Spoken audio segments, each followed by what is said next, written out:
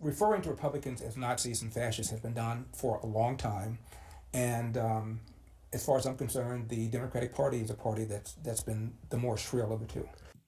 What's up, guys? Welcome back to the channel. Welcome to another video. As you can see in the title and in the thumbnail, we're going to be watching this interview with Larry Elder and Michael Rapaport. Very interesting conversation, very interesting people.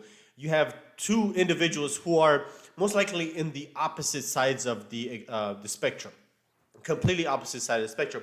But what I respect is the open, honest conversation. And I respect people like Michael Rapaport, who is open-minded, doesn't mind changing his mind when he's wrong, and is actually coming to the light. And of course, if you guys are familiar with Larry Elder, he was running for president. He also ran as a governor during the recall of Gavin Newsom in California. He's a very well-educated conservative. If you have any conversations with Larry Elder as a liberal, you sit there as an open-minded individual, you're most likely going to be converted into a conservative like Michael Rubin. I think that's his name.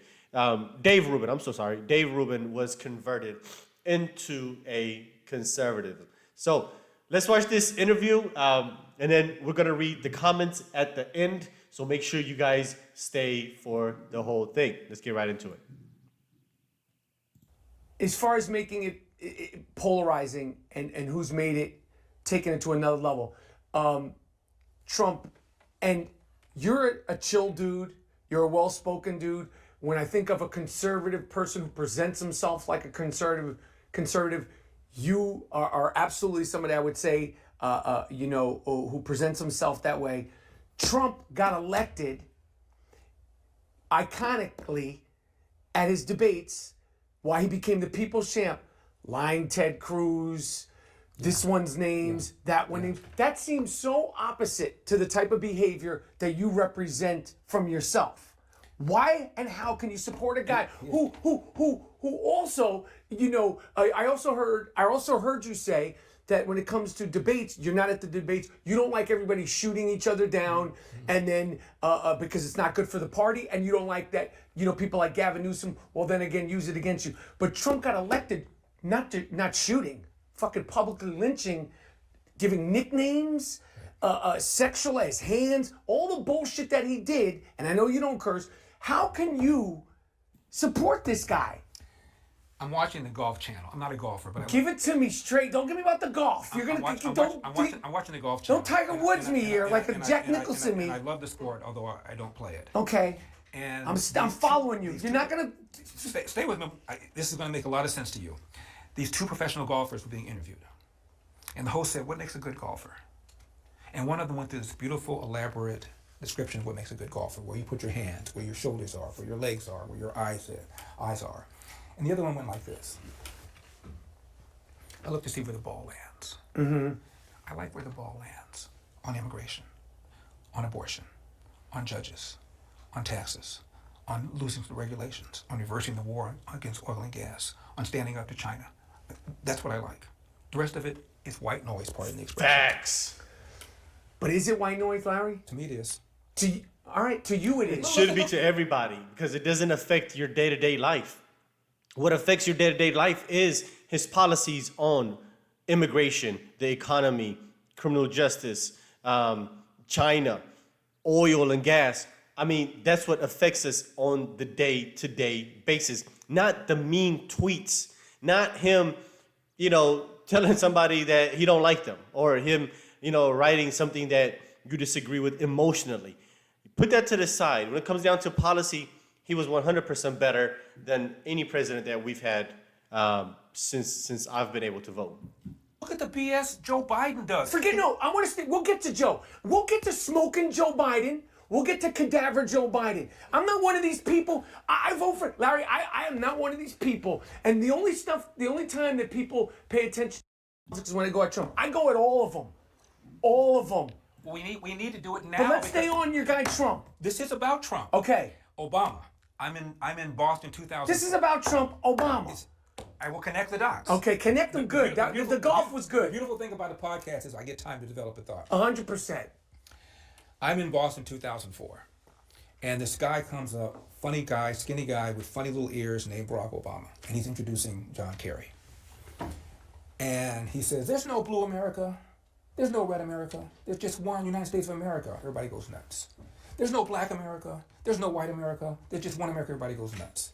I turned to my producer and I said, this guy's not saying anything. It's just fancy, pretty rhetoric. Anybody can give that speech, but he gave it well. He's probably going to run president someday. Man. Obama announces president, and he's on 60 Minutes with Steve Croft. And Steve Croft says, and he wasn't the front runner yet, he's catching up to Hillary, that's why they had him on. And Steve Croft says, Senator, if you don't win, will it be because of racism? I'm at home by myself. I said, let's see how this man answers the question. Is he going to give a victocrat answer? That's a word I coined. I get 10% if you use it, victocrat. What does it mean? Somebody that blames everybody else for their problems. Okay. Professional victim, victocrat.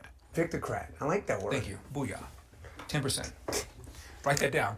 Elder 10%. That's going to be the name of my next book. Acknowledge it. We got Victocrat by Michael Rapaport. Yeah. Go ahead. Is he going to give a victocrat answer the way Sharpton would, who ran for president and blame it on racism, and Jesse Jackson ran twice and blamed his loss on racism, or is he going to tell the truth? And to his credit, he said, no. If I don't win, it will be because I have failed to articulate a vision that the American people can embrace. I went, wow. Senator Obama at a black church is talking about how much racism there is in America. This is when he's running. And he said, the Moses generation, referring to Martin Luther King, has gotten us 90% of the way there. My generation, he said, the Joshua generation, has to get us an additional 10%. Now, there was a Fox News poll, 2002, 8% of Americans believe it is possible that Elvis is still alive. So in that 10%, you got that 8%. So frankly, we're about as good as you can get, just about. And I like the number. Some people believe that JFK Jr. is still alive. And they're very prominent at your guys' rallies. And I like the number that he gave. We're 90% of the way there. When he walked into the Oval Office the third week of January 2009, I know this is a long way of answering your question, he was at 70% approval. Barack. Yeah. Yes. He got elected with 53%. How do you get to 70% when you haven't done anything? The answer is a bunch of people who still don't want their taxes raised, as he promised to do, who don't want Obamacare, as he promised to do, said at the very least, he will bring us together racially. So both blacks and whites thought that race relations would improve. When he left, both blacks and whites thought race relations got worse. Why? 8 years. The Cambridge police acted stupidly. If I had a son, he looked like Trayvon. Racism is in our DNA. He embraced Black Lives Matter, had Al Sharpton in the White House over 70 times. He had an AG, Attorney General Eric Holder, who said voter ID was pernicious racism. He played the race card over and over and over to the point where here in New York, his last term, officers Liu and Ramos were shot sitting in their car by a black guy who was pissed off because of the Black Lives Matter narrative that the police were engaging in systemic racism against black people. The stats, by the way, do not show that whatsoever. Baton Rouge, three officers killed execution style by another black man. He also told on social media, told friends, he did it because of systemic racism by the police. 5 officers killed execution style in Dallas. Another different black guy. 3 different black men. These are lunatics, though. All motivated by the same rhetoric. Right. That Obama embraced. The Black Lives Matter BS that Obama embraced. My point is, Obama made things worse racially, not better, worse. He did the opposite of what American people thought he was going to do when they hired him. So, while Donald Trump gets a whole lot of grief for stuff he said, Obama gets nothing because he did well-crafted sentences, he went to Harvard, he spoke beautifully, but he had the same incendiary rhetoric that you accused Donald Trump of having, except you didn't think it was going to come from him. Joe Biden goes to Howard University. This is a few weeks ago. Commencement exercise. And he says, the number one threat to the homeland is white supremacy. Right. Are you smoking something? Right. I know, it's pathetic. The It's pathetic. Anti-Defamation League keeps track of how many people are killed every year by extremists. Last year there were 25 people out of the over 20,000 people who were killed. And every one of them is a heartbreaking, devastating thing. Yeah, but it's 25. But I got it. And if you want to play that game, Michael, most homicide is same-race homicide. Right. Most white people are killed by other white people. Most black people are killed by other black people. However, every year there are roughly 750, a small percentage of the homicides are interracial black-white. 500 white guys are killed by blacks, even though blacks are 13% of the population, and 250 black guys are killed by whites, even though whites are 60% of the population. Now, if Donald Trump went to a university and said, the number one threat to the homeland is black supremacy, you and I would both denounce him as a race-hustling demagogue, and should. Do you think he's a race hustler? Biden does it, nobody says a word. Do you listen? I will say to you right now.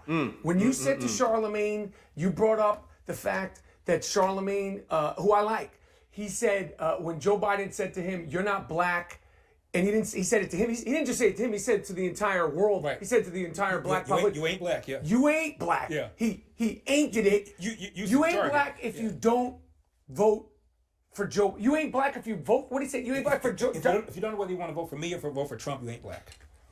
And Charlemagne said nothing. Said nothing. And I know Joe Biden is full of shit. I know Joe Biden is a race hustler. I know Kamala Harris is a race hustler. Okay. And I know that Donald Trump is a race hustler. He's not a race hustler. How is he not a race? When there's one black dude in the crowd, look at my black supporter. He's so happy. Come on, Larry. See, the difference is between a race hustler and Donald Trump, in my opinion, is that a race hustler sells you victimhood mentality to get your vote by telling you they're going to supply the solution. Donald Trump saying, hey, I got black support, black voters, that's not race hustling. He's not promising a specific group of people, a specific race, a specific policy or a specific outcome to earn their vote. That's a race hustler. That's what Democrats do. They go to the black community by saying things like the biggest threat to your safety in this country is white supremacists, and we're the only ones that can fix it.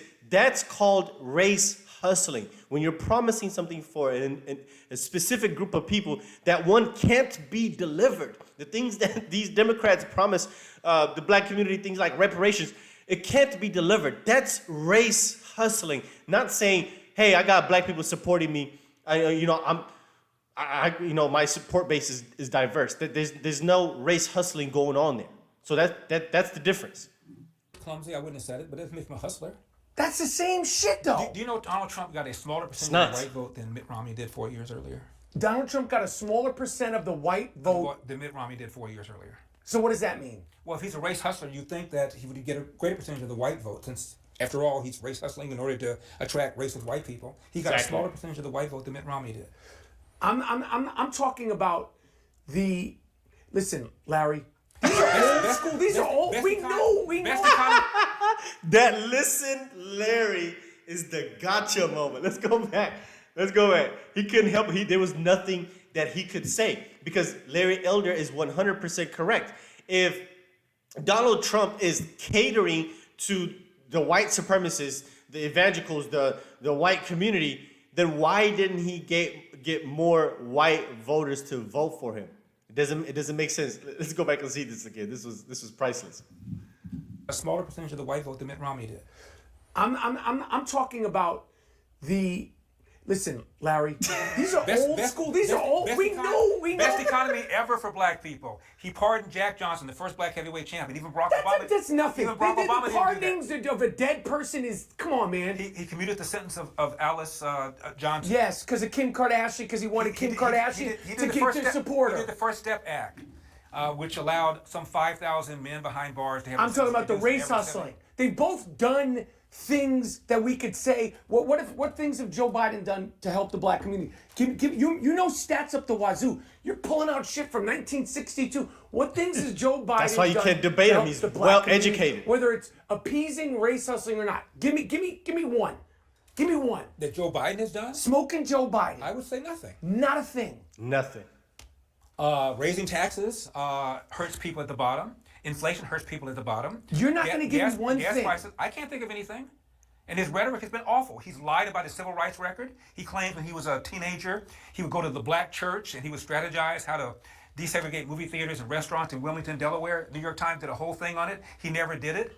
And his aides were told, New York Times said, to stop saying it. He says it anyway. But you're saying you talk about it being a race hustler. He said he went to apartheid Africa when Nelson Mandela was behind bars and he tried to see him and got arrested. Never happened. But you don't like the rhetoric from Joe Biden, but you're stating the rhetoric from Joe Biden, but you're like is what you care where the ball is with Trump. I was with Trump in 2016 at a black church in Cleveland. He talked about the black family and about how important it was. And I loved it. And people responded well to him. Remember he said, what do you have to lose? Your schools are bad. Right, what do you have to lose? What's wrong with that? What do you have to lose? Exactly. And he got 8% of the black vote in 2016. He got 12% of it in 2020, a 50% increase. And 20% of black men voted for him in 2020. A substantial increase. Because a lot of black people saw what was going on. The economy was good. He expanded enterprise zones in the inner city. He did something on the border. The people that are most hurt by illegal aliens economically are black people living in the inner city, because if you are a black person living in the inner city with high school or less, you're competing against illegal aliens with very little education. About 1 million more black people would be working if it weren't for illegal alien labor, according to a study done by the Civil Rights Commission. And Donald Trump stopped that. And Joe Biden has opened the floodgates. 8 million people, probably by the time he ends his term, will be here in the country illegally. I listen. I don't have the answers. Mayor Adams just said it too. He said it. But he didn't blame Biden. He blamed Trump. How do you blame Trump? What Adams just said? Adam blamed Trump for what's happening. I didn't hear that, but he acknowledged what's going on in New York. And I was by the hotel the other day, and it's shameful. Only because the governors of Texas and Florida started sending these illegal aliens to blue cities, and all of a sudden, CNN and MSNBC began covering it. And all of a sudden, the mayor of Go ahead. All of a sudden, the mayor of New York said something, but he still has not called out Biden for opening up the borders. Yeah, so let's stop it right there, guys. That's really the part of the interview that I wanted to share with you guys. But we're going to get into the comment section here. But hey, he is 100% correct. Larry Elder is just too smart for anybody to sit there and have a debate with him if they are not well-versed. You know, if you're not educated in this, you're going to get clowned. You're gonna make yourself look silly. So let's read some of these comments here. Let's zoom in just a little bit. All right. Larry Elder, Okay. Larry Elder red-pilled me and my family in 2020, a national treasure. And that looks like a black woman right there. So welcome to the sellout coalition, girl. All of us that are conservatives nowadays that are black is considered a sellout. So welcome to the team. Next comment says, Larry Elder is one of the smartest and honest voices in media.